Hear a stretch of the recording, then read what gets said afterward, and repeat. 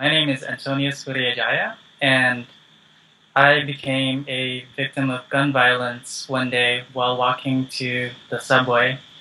I walked down the street 1 block away from my house, and I heard fireworks, and I smelled gunpowder, and I saw some smoke trails pass by me, and I realized that wasn't fireworks I was getting shot at.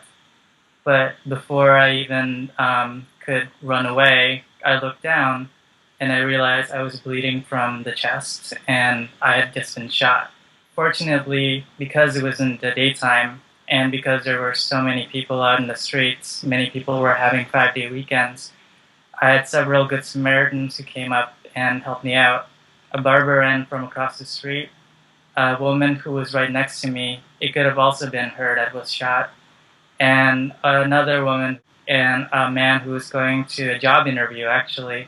They called the ambulance, applied first aid. Within 15 minutes, I ended up being in the operating room. They sedated me, and I was kept in a coma for 4 days. They realized they had to take out my spleen. They had to take out the top part of my pancreas. They had to put a sleeve on my stomach because half of it was injured, and they had to repair my diaphragm, which is why my breathing is still irregular today. In those 4 days' time, my family was contacted. At first, they thought I was dead because of a mistranslation. English is not their first language, and when they found out I was alive, they came right to the hospital to check on me. When I woke up, they were there. So it was a very, very happy feeling when I woke up from that coma.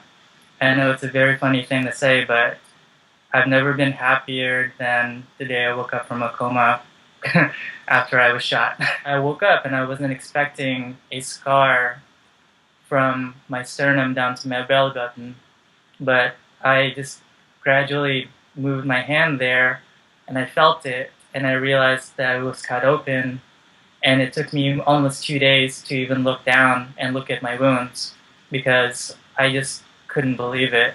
But fortunately, because I was surrounded by my family and my friends, I kept this happiness going, this happy feeling going, and I didn't let that fear of looking down get to me too much. The shooting was 66 days ago. It was about 2 months ago, and I was only able to go back to that intersection where I was shot about 3 days ago, and I saw where I was shot. I looked, and it's crazy because my physical being was actually fine. I started off much healthier than most people were, so when I got shot, I healed very quickly, and my body recuperated at a pace that was very fast. I got out of the hospital in 2 weeks, and most people it takes a lot longer, and it even takes up to 2 months to heal. Mentally, I would say I'm not even close to being healed. It's because your physical pain you forget. You can forget it, and it's a good thing you forget. I would never want to remember the pain of being shot ever again.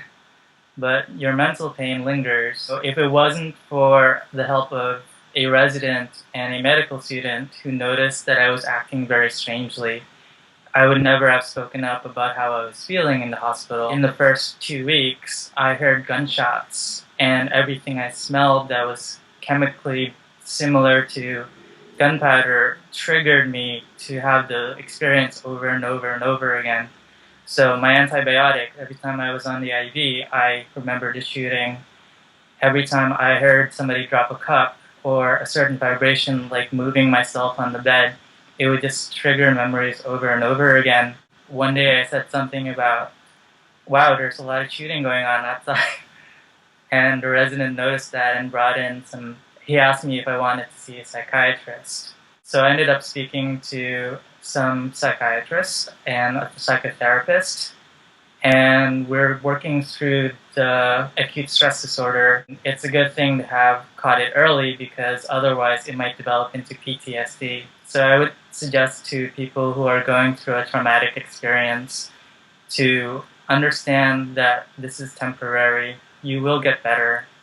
You will go through it, and However, take advantage of as much help as you can in the beginning because you really do need that in the beginning. I just want to thank my roommate for giving me a new spleen. When I was in the hospital, a lot of the painkillers were actually doing more harm than good. It was hurting my stomach lining, and it was actually causing me to have pneumonia because my breathing was restricted. So the only thing that seemed to work was squeezing this thing really, really hard.